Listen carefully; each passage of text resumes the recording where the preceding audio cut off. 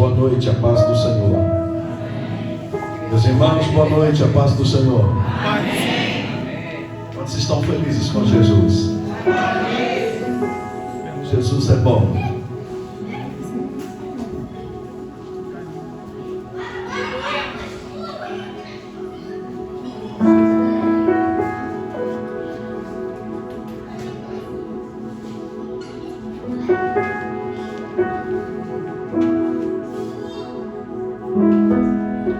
Trouxeram o exemplar da Bíblia Sagrada?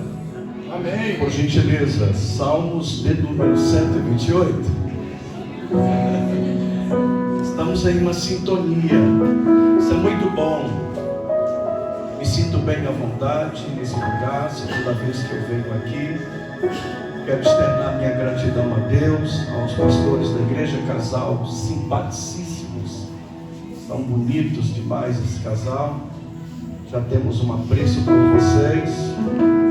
O pastor está debaixo do joelho direito e a esposa está debaixo do joelho esquerdo. Estamos orando por eles. Comigo está a minha família. Ali está a mulher mais linda da face da terra. E ali está o meu filho caçula, o Efraim. O filho mais velho não pôde vir. Chegando do trabalho, o horário não me permitiu estar conosco. Mas enfim, estamos juntos, precisamos compartilhar com os irmãos um pouco da palavra nessa noite. Salmos de número 128, acredito que você já encontrou o texto. Quero agradecer a irmã Elisângela pelo convite, Deus muito abençoe a senhora, seu digníssimo esposo, e aos irmãos que nos recebem com muito carinho aqui nesta noite. Por favor, acompanhe o texto, ele é muito conhecido de todos nós. Salmos de número 128. Bem-aventurado o homem que teme ao Senhor e anda nos seus caminhos, pois comerás do trabalho das tuas mãos. Feliz serás e tudo te irá bem.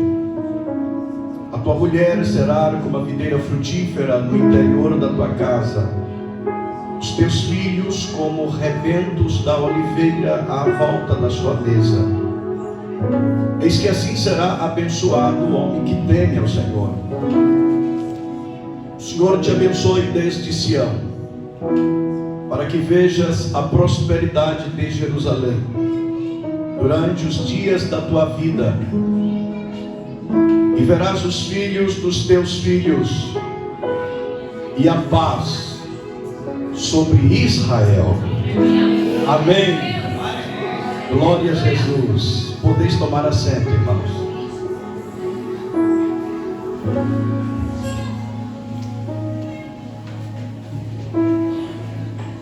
Meus amados irmãos,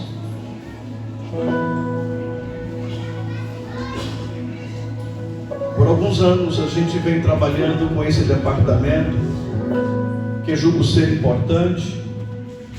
A igreja, ela é formada de famílias. A sociedade também é formada de famílias, pois a família é a célula máter da sociedade.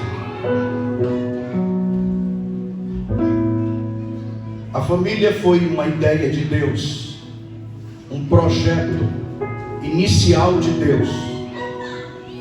E vale salientar que a família, ela tem base no casamento. Casamento monogâmico, casamento heterossexual.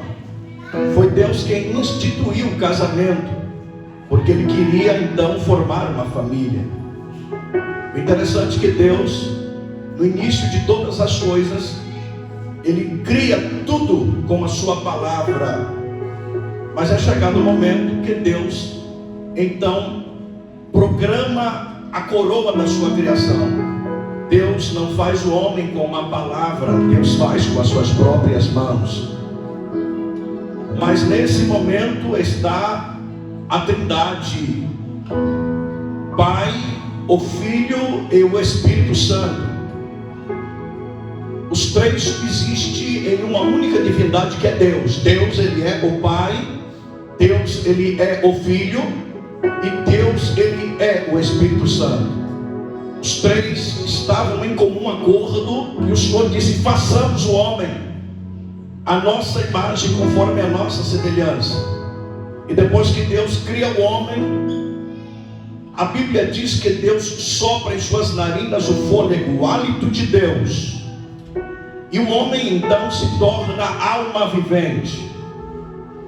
Só que a Bíblia vai nos dizer que Deus, em meio à sua criação, Deus percebe que tudo que Ele havia feito foi muito bem feito, inclusive o homem.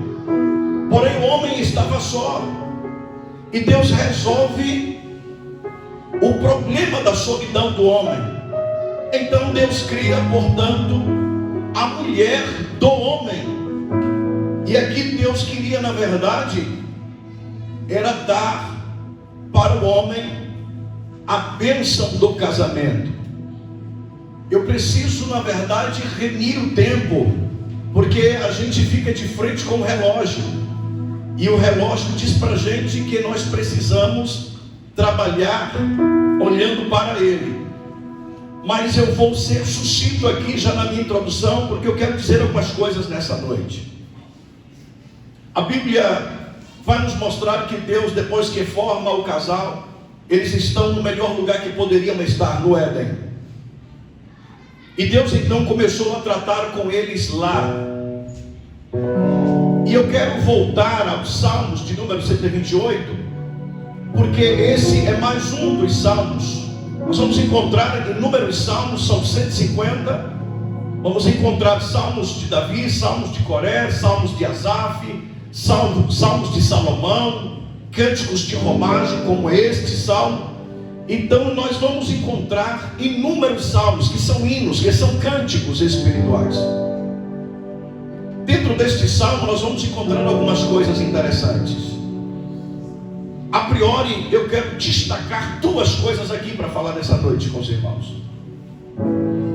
A primeira coisa aqui é autoridade, governo.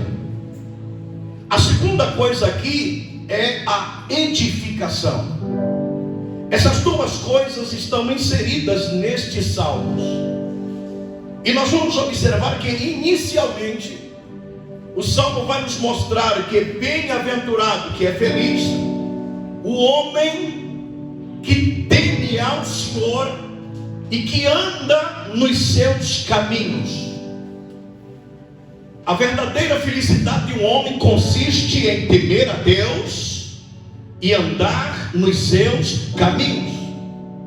A Bíblia vai nos dizer que do trabalho das mãos deste homem ele vai comer. Isso já vai começar a nos mostrar as qualidades do governo deste homem. Este homem tem um governo provedor. Ele tem uma responsabilidade de prover, de suprir a sua casa, a sua família. Ele tem uma responsabilidade de trabalhar para sustentar a sua família, a sua casa, a sua prole. E então a gente começa a observar que nunca foi fácil governar. Observe que quem está de fora faz o juízo que quer de quem está lá na frente. Nunca foi fácil governar uma cidade, um estado, um país, uma nação e até mesmo uma família. Nunca foi fácil. Mas esse governo aqui, ele tem que ter o temor de Deus. Pense que o homem, para ser feliz, ele precisa temer a Deus. E temendo a Deus, que a Bíblia diz ser o princípio da ciência, do saber, quanto mais ele teme a Deus, mais ele conhece a Deus. E ele passa a entender a Deus e saber que Deus é benfeitor. E de que Deus tem um olhar especial para a família. E esse homem, ele vai agora estar na posição de governo. Porque lá no início, quando Deus fez o homem, Deus deu para ele o poder, o domínio sobre todas as coisas. e domine sobre os peixes do mar, e sobre as aves dos céus, sobre os gado e sobre os répteis. Então Deus lhe conferiu autoridade. E também referente à família, não é diferente. Repousa sobre o homem a autoridade. Deus conferiu ao homem o governo. Mas quando eu falo de governo, eu não falo de mandar na casa, eu não falo de autoritarismo, eu falo de governo munido de autoridade. Um homem que sabe como se comportar diante dos teus, diante de sua esposa e conseguinte diante dos seus filhos. A forma como este homem conduz a sua casa e se autoconduz, ele tem diante dele a sua esposa e os seus filhos. Quando eu falo de governo, eu não digo o homem que chegou e ao abrir o portão da casa, os filhos passam correndo para dentro de casa porque Balim está chegando e nós podemos sofrer a represália. Eu não estou falando disso. Eu estou falando de um homem que governa com o temor de Deus. E quanto mais esse homem teme a Deus, a sua forma de conduzir a sua casa é debaixo da autoridade da palavra de Deus. Quando o homem teme a Deus, ele anda nos seus caminhos. Então ele não apenas mostra o caminho para a sua família, mas ele está no caminho e é um referencial dentro da sua casa.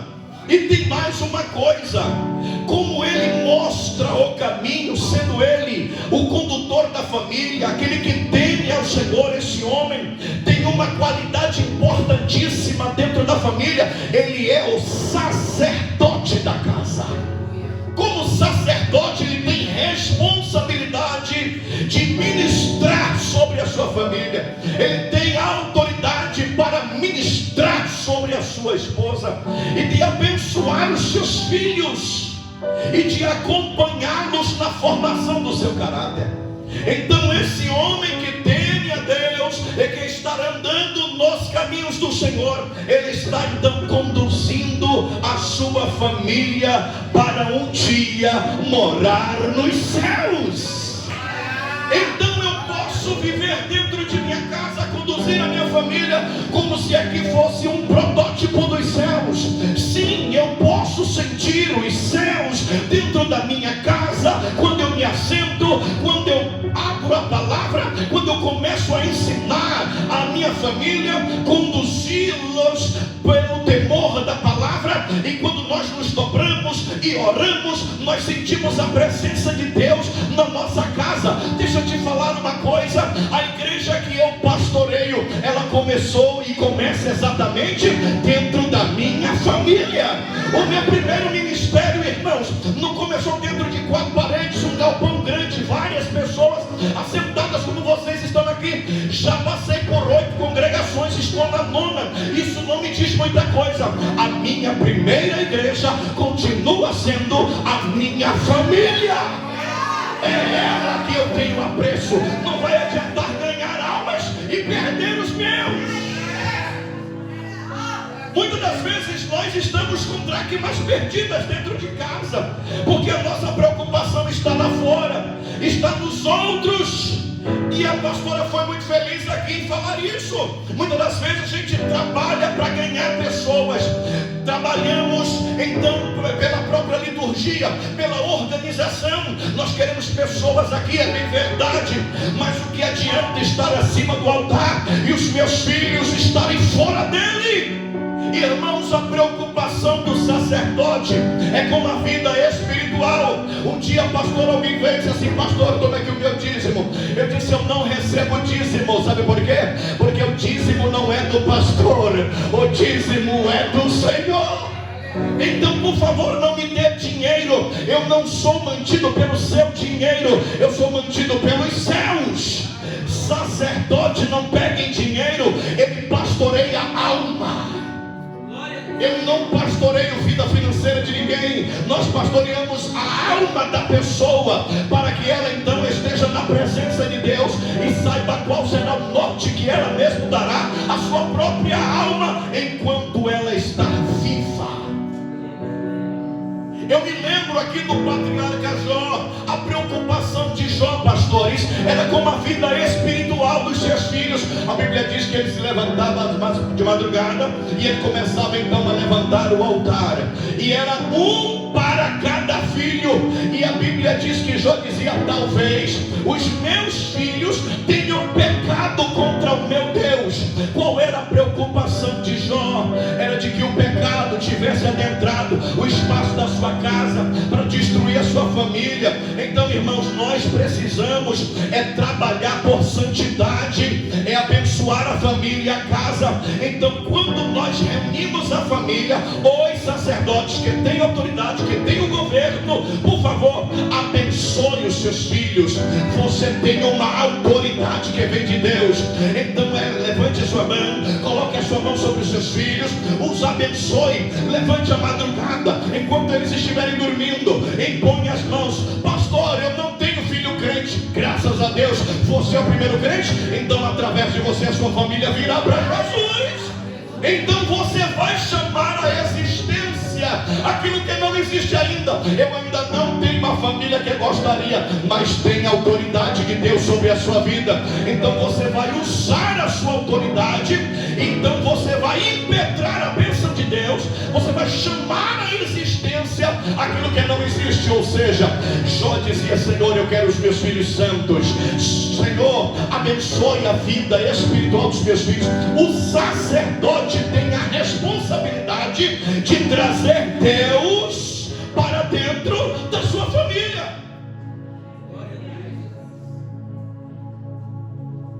Meus irmãos, esse sacerdote, ele trabalha com as suas próprias mãos, ele traz sustento para casa, ele não tem dificuldade de trabalhar, ele não tem vergonha de trabalhar. Todo trabalho é digno, todo trabalho dignifica o homem.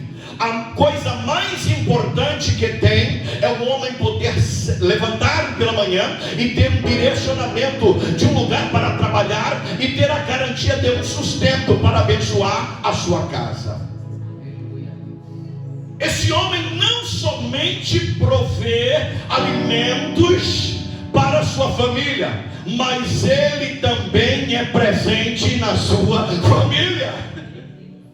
Eu acompanhei casos de pais que davam presentes em todo o tempo para seus filhos. Eu entendo que presente é coisa boa, mas presente não substitui a presença. Tem pais que dão em todo o tempo presentes aos seus filhos. Eu conheci um rapaz que eu acompanhei no presídio. O rapaz disse para mim o seguinte: pastor, eu vim exatamente cair aqui, sabe por quê? Porque tudo que eu pedi ao meu pai, ele me dava. Eu pedi uma bicicleta, ele me deu. A bicicleta quebrou, ele disse: me dá uma moto, ele me deu uma moto. E a moto não deu certo, ele disse: me dá outra, ele me deu outra. E de repente eu disse: eu não quero mais moto, não quero, agora eu quero um carro. Toma o carro. E todo final de semana, a cada 15 dias, ele depositava um dinheiro na minha conta. Então ele dizia: meu filho, eu quero ser para você o melhor pai do mundo. Só que quando ele procurava o pai para receber um conselho, para abraçar o ombro amigo, ele não encontrava. Então ele veio conhecer droga quando ele estava na faculdade, e então acabou se metendo em coisas erradas e foi se deparar no presídio. Foi lá fazendo um trabalho que eu conheci.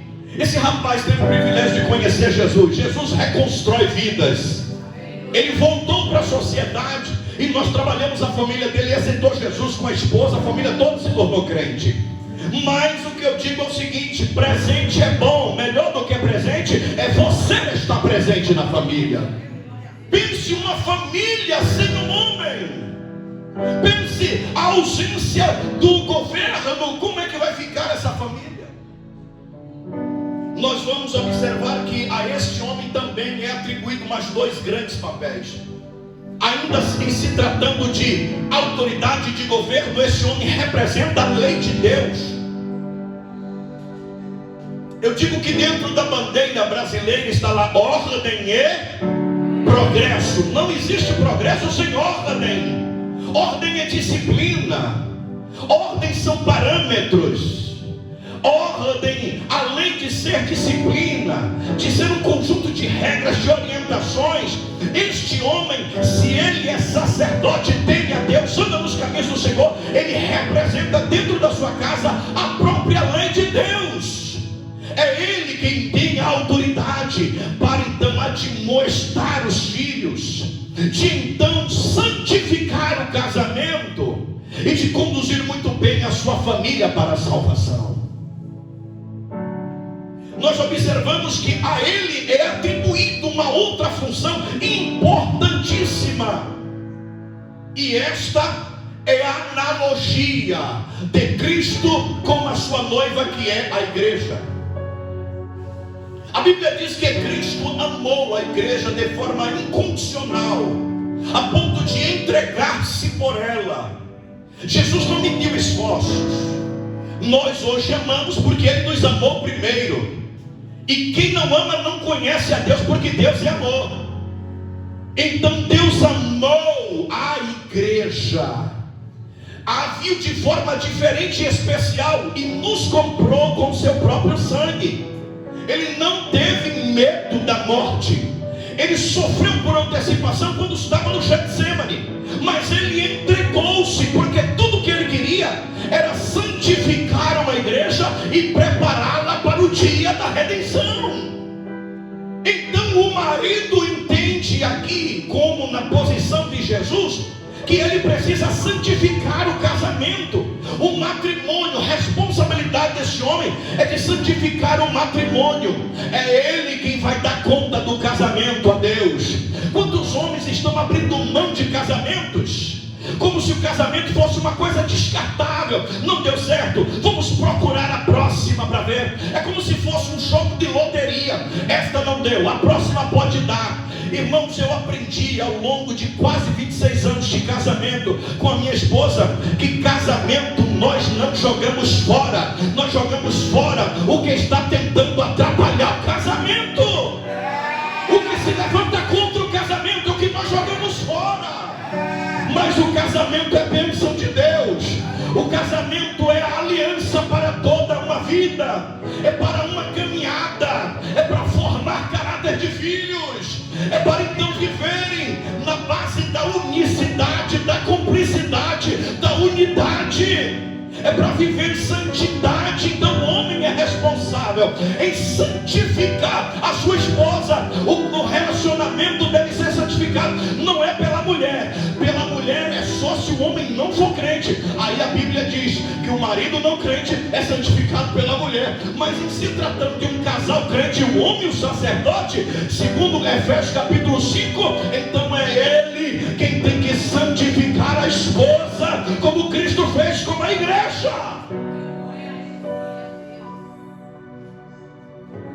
É porque sempre no início, nós homens, para a base da conquista, usamos todos os artifícios, todas as conversas. Eu te darei o céu, a lua, as estrelas, chuchuzinho, rosinha, meu amorzinho, eu te darei o céu, tudo eu te darei. Eu estou aqui, pode ficar tranquila. E aí eu conto uma história descontraidamente de um casal que, quando eles caminhavam, ele fazia questão de dar das mãos com ela, fazia questão de que todo mundo pudesse vê-lo. Então, dar das mãos com ela era a mulher da sua mocidade. Um dia passa dentro de uma grande poça de lama. Ele: calma, filha, eu vou me jogar, você passa por cima, mas os seus lindos pés não vai tocar na lama. Aí o tempo passou, 10 anos, 15 anos, 20 anos. O tempo traz, irmãos, mudanças drásticas para o homem e para a mulher também. O tempo se encarrega de mudar muita coisa. Então o tempo muda o corpo. Então os homens ficam carecas, barrigudos, as mulheres ficam flácidas, os seios caem, as pernas enchem de varizes e começam as mudanças drásticas no corpo. Mas tem uma coisa que o tempo se encarrega de trazer de forma muito positiva. Sabe o que é? Maturidade. Glória a Deus. Quanto mais nós passamos tempo juntos, mais nós nos amamos. Entendemos que o amor é para sempre e o casamento é para a eternidade.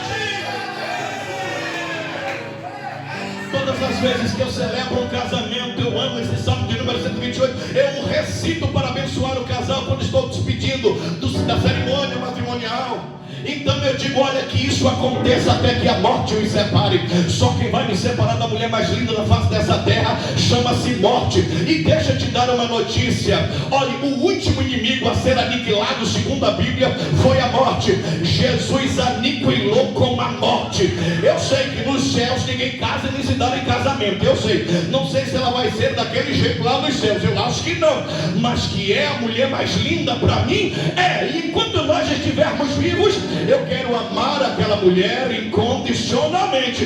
E eu quero que os meus filhos vejam, eu quero que todos vejam. E tem alguém que ainda fica com inveja. Um dia um homem disse, pastor, eu não entendo porque o senhor sobe e desce com essa mulher. E eu disse, quem é essa mulher? Ele disse, é a sua esposa. Eu disse, eu só não posso andar, subir e descer com a mulher dos outros, mas com a minha mulher eu subo para onde eu quiser.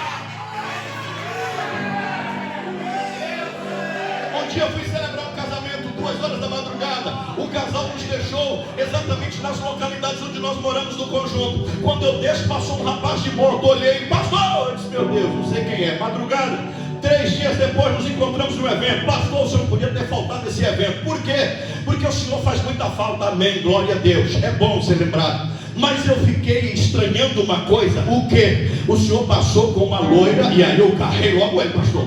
Eu disse, o quê? O senhor está passando com uma loira? 2 horas da madrugada. Eu aí pedi licença a Jesus, carrei ele assim pelo colarinho, dei uma sacudida, disse, como é, rapaz? Ele disse, não, o senhor passou com uma loira. Eu disse, aquela loira é a minha esposa.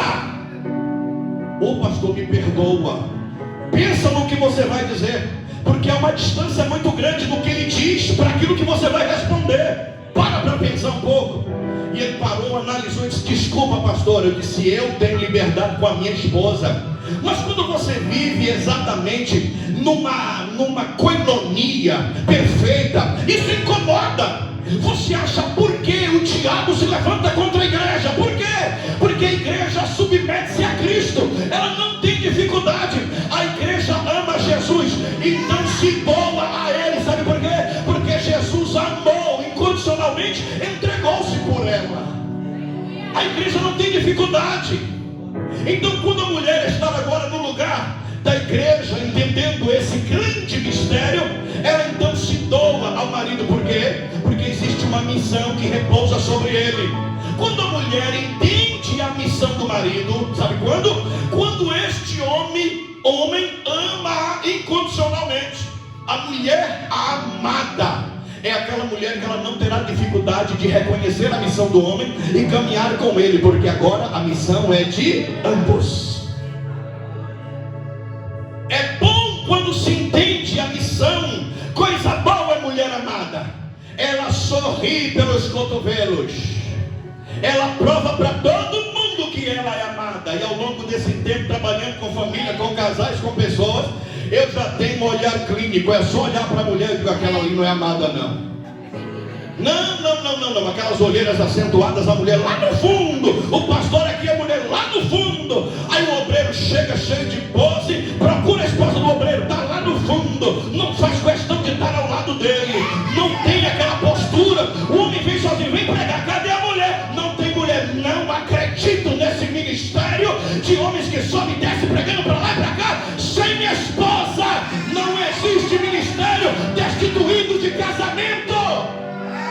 A bênção de Deus começa exatamente no ministério do homem com a esposa. Ele tem autoridade para pregar, porque a mulher está ali. E se ele falar alguma coisa, como eu já vi, ele dizendo, a mulher do outro lado dizendo assim, ó irmão, isso aí é mentira. Ele não vive nada disso lá dentro de casa. Isso é muita conversa, ele está enrolando a torcida. Mas os irmãos conhecem. Meus queridos irmãos, existe uma coisa que deixa eu redimir o tempo, porque o tempo já está chegando, está próximo. Assim como cabe esta autoridade, esse governo e essas funções importantes para o homem administrar, conduzir, então dar o norte à sua família, a mulher, escute bem, para a mulher cabe o papel da edificação, e todo mundo sabe disso. A pastora citou muito bem aqui. Só que o que tem me preocupado nesses últimos dias É quando você vai procurar dentro de uma casa. O Salmo de número 128, verso 3 diz assim, ó, a tua mulher será como a videira frutífera no interior de onde? A educação, a edificação começa dentro de casa. E como a responsabilidade é exatamente delas. No passado, os maridos saíam para trabalhar e as famílias numerosas sobreviviam exatamente de uma única fonte de renda. Famílias de 8, de 10 filhos, os maridos saíam para trabalhar, as mulheres ficavam, cuidavam dos filhos e davam conta. Ninguém se perdia. Mas quem tinha autoridade agora dentro de casa para então conduzir isso eram as mulheres. Não cabiam aos homens, como não cabem aos homens, o papel da edificação. O papel da edificação é da mulher. Agora tem um segredo. O homem não governa só, ele precisa da mulher. A mulher não edifica só, precisa da figura do homem. Então quando o casamento está bem ajustado, vai existir governo e edificação dentro da casa. A casa será bem governada, os filhos serão bem admoestados, bem edificados. Eles vão crescer observando exatamente o tipo de relacionamento que nós temos dentro de casa. Aí a mulher sábia, ela edifica a sua casa. O homem que teme a Deus, o temor ao Senhor é o princípio da mulher sábia, edifica. Então, governar é com sabedoria, edificar é com sabedoria. Se o Senhor estiver no centro da casa, haverá o governo, haverá a edificação. E nós vamos perceber uma coisa, deixa eu dizer mais uma coisa aqui para essas mulheres. E no final, nós vamos então aplaudir as mulheres nessa noite, tá bom? Nós precisamos fazer isso nesta noite. E por favor, quem são casados? Quantos casamentos tem aqui? Quantos casados? Quantos casados? Por favor, façam um dever de casa diferente hoje. Ninguém entendeu o mistério, graças a Deus. Deixa eu seguir aqui. Olha, alguém disse glória. A mulher é como videira frutífera. Escute uma coisa, como ela não é a videira frutífera. Jesus se apresenta no capítulo 15 de João como a videira verdadeira. Só que no capítulo, ou melhor, no número 128 de Salmos, nós vamos encontrar aqui a mulher como uma videira, mas uma videira frutífera. Das videiras se extraía então as uvas. Das próprias uvas se passava por um processo para então se fabricar o vinho. Não se faltava vinho na mesa do judeu. Pense que era uma comida, era uma bebida que não se faltava na mesa de judeus. Enquanto se aproximava a Páscoa, os pães asmos, mas o vinho tinha que estar lá. Os irmãos se lembram que uma semana antes da Páscoa foi o próprio Jesus que pega os dois elementos e então chama os seus discípulos. Ele não serve para todo mundo, ele serve para os seus, que já representava a igreja, a noiva. E então ali ele apresenta o pão, que simbolizava seu corpo, e o vinho que simbolizava seu sangue. Os irmãos devem se lembrar em João capítulo 2, quando Jesus foi convidado para um casamento. Olha que coisa, Jesus foi convidado para onde? Para um casamento. Não deixa Jesus de fora, convida ele. Ele tem que fazer parte do casamento. Aqui, irmãos, começaram a oferecer o vinho. Era uma cultura judaica. A festa de casamento durava uma semana. Os pais preparavam tudo, entregavam a filha para o pretendente. E durante uma semana, muita festa, muito cortejo, muita alegria. E em todo o tempo da festa tinha que ter o vinho. Só que Jesus está presente, Maria e os seus discípulos. De repente o vinho acaba. Quando o vinho acaba, o que acontece? Vieram, trouxeram a notícia. Maria primeiro diz assim: Jesus. Ela não chama Jesus de filho, ela diz assim: Jesus, acabou o vinho. Jesus também responde à altura. E responde com autoridade. Jesus não menospreza a sua mãe, mas dá uma resposta à altura. diz assim: o que tenho eu contigo, mulher? Ela para, espera ele concluir, e ele diz: ainda não é chegada a minha hora. Automaticamente ela diz assim: olha, os serviçais que já estão em volta, façam tudo o que ele vos mandar. Existiam algumas talhas que eram utilizadas para a purificação dos judeus. Então aquelas talhas em média de 80 a 120 litros de água. Então Jesus disse: peguem as talhas, estavam lá jogadas no campo, então encham-nas de água, levem ao mestre-sala para que ele possa provar. Bom, os homens estão entendendo que vão encher as talhas de água. Façam isso por obediência. Tenham em mente que estão conduzindo as talhas com água. Só que chega o mestre-sala, quando destampa, na cabeça dos serviçais era água. Só que de repente o mestre-sala vai lá e degusta. Quando ele degusta, ele diz: o que está acontecendo com vocês? Parece que é o primeiro casamento que eu venho e encontro uma coisa diferente. Mas o que está diferente?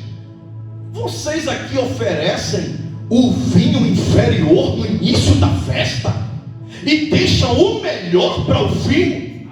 Só que a Bíblia diz que melhor é o fim de todas as coisas do que o princípio delas. Então deixa eu liberar uma palavra profética aqui para a tua vida.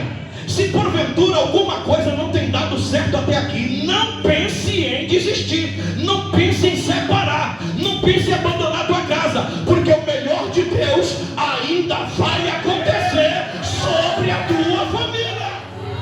O melhor de Deus ainda virá, querido. O teu casamento será restaurado, os teus filhos voltarão a servir a Deus. Você vai entrar na igreja usando a palavra do Josué na tomada de decisão: eu e a minha casa servimos ao Senhor. Eu e a minha casa servimos ao Senhor. E por favor, se alguém ainda da tua casa não é crente, não veio ainda, não se entristeça, não se abate, não se abata. Usa a autoridade de Deus. Chame a existência o que não existe. Venha para a igreja sozinho, dizendo: Senhor, eu já estou vendo a minha mulher de um lado, eu já estou vendo os meus filhos do outro. Nós estamos indo para a igreja. Quando você estiver subindo essa escadaria do templo, você vai dizendo: Senhor, do meu lado está minha mulher, do outro lado estão os meus filhos. Nós estamos entrando para adorar a Deus, e não vamos parar de servir ao Senhor no meio da casa, da família e da igreja, porque nós entendemos que Deus, Ele tem o melhor para as nossas vidas. Preciso encerrar. Mas a mulher é como videira frutífera. Pense uma mulher proativa, dinâmica, alegre, feliz. A pastora falou da mulher de Provérbios 31. Deixa eu te falar uma coisa, homem. Se você quiser a mulher de Provérbios 31, você vai ter que ser o homem de Efésios capítulo 5.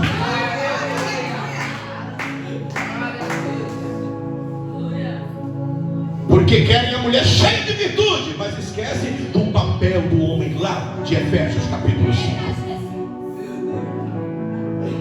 Então essa mulher produz equilíbrio, essa mulher é proativa, trabalha tanto na edificação da casa. Quando fala da casa, eu vou me reportar ao Salmo 127.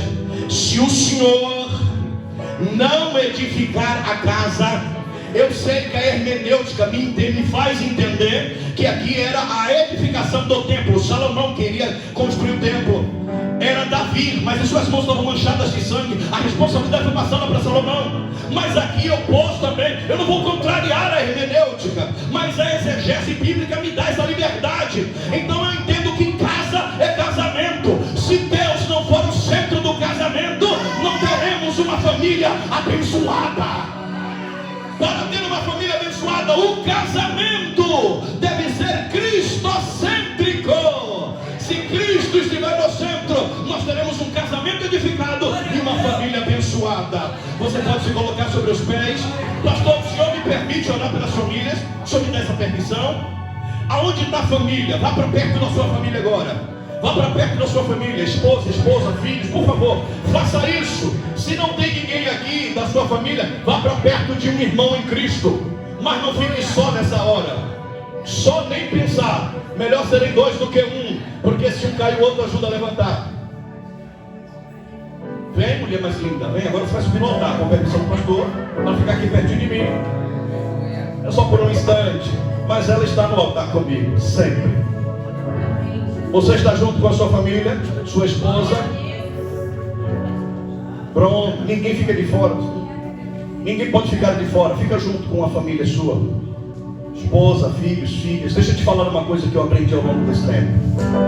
Escute, olha para cá, por favor. Deus não restaura famílias. Deus restaura pessoas. Pessoas restauradas restauram famílias. Deus não restaura casamento. Deus restaura pessoas. Pessoas restauradas restauram casamentos. É isso que nós aprendemos. Não se equivoque. Porque assim como Cristo deu conta da igreja, marido, não é Jesus que vai dar conta da sua esposa, é você.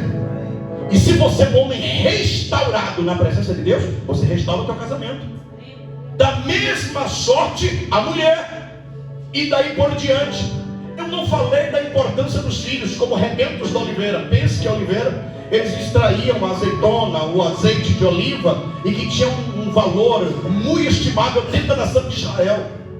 Aí nós vamos entender ainda dentro do Salmo 127, quando ele diz que os filhos serão como flechas na mão de quem? Do valente. O valente aqui não é o diabo, o valente é você. Você que é o pai, que é a mãe, quer dar um destino para a vida dos seus filhos, pode investir em todas as áreas, mas nunca esqueça de investir na área espiritual, de orar por eles, de abençoar eles e de investir neles para que eles cresçam. Pode ser médico, pode ser engenheiro, pode ser músico, pode ser o que for, mas que contanto que sejam crentes, servos de Deus, tementes a Deus, servindo ao Senhor. Precisamos orar. Eu quero que você,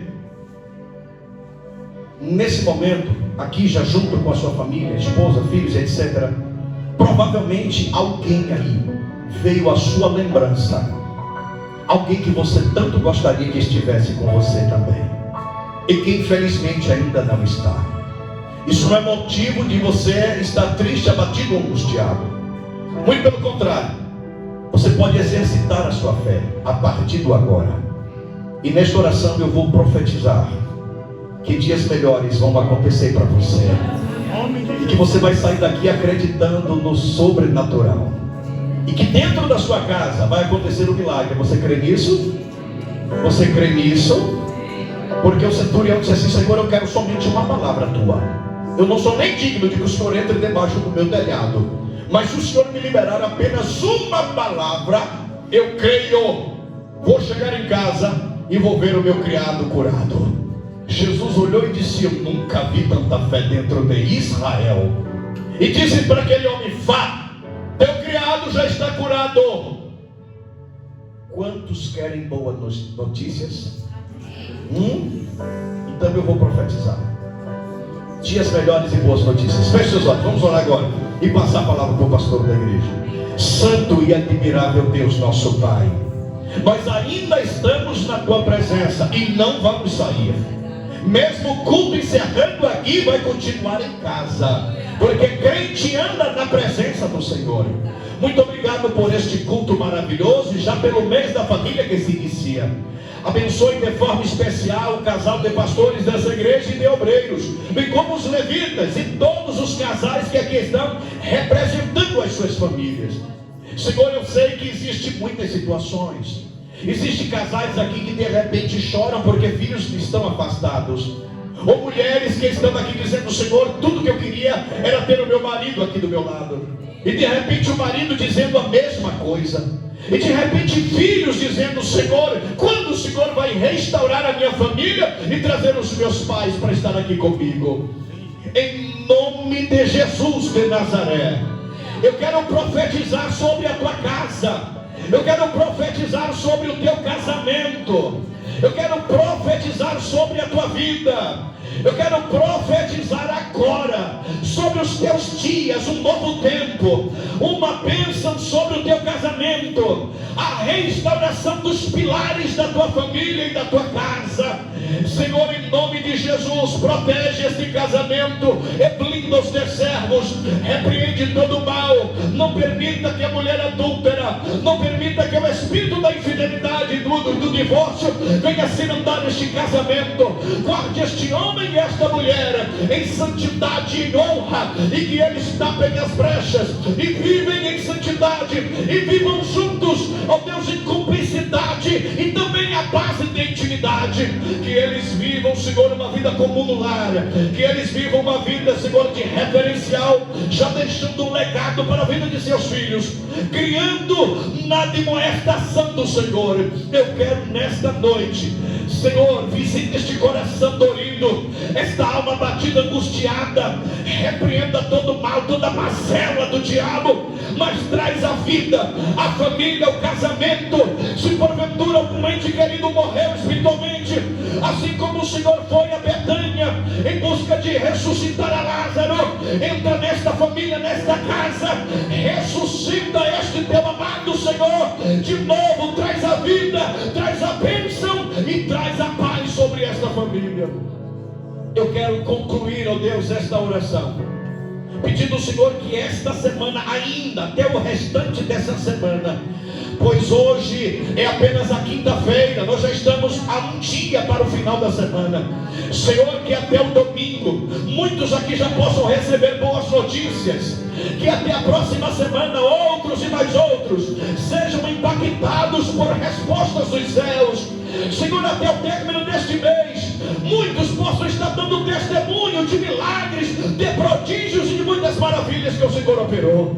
Eu quero pedir uma bênção para cada casamento, e permanece conosco, nos garantindo vitória. Nós te louvamos, oramos, agradecidos em o nome sacrossanto de Jesus.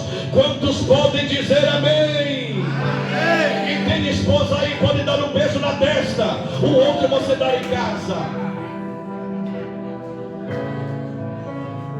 Deus abençoe a tua vida, Deus abençoe a tua família. Pode abraçar o seu familiar, amigo, irmão que está próximo de você. Pode dar um abraço nele, pode dar um abraço nela. O Senhor te abençoe, te guarde, te sustente, te fortaleça, te encha de graça e te faça prosperar em tudo, em nome de Jesus.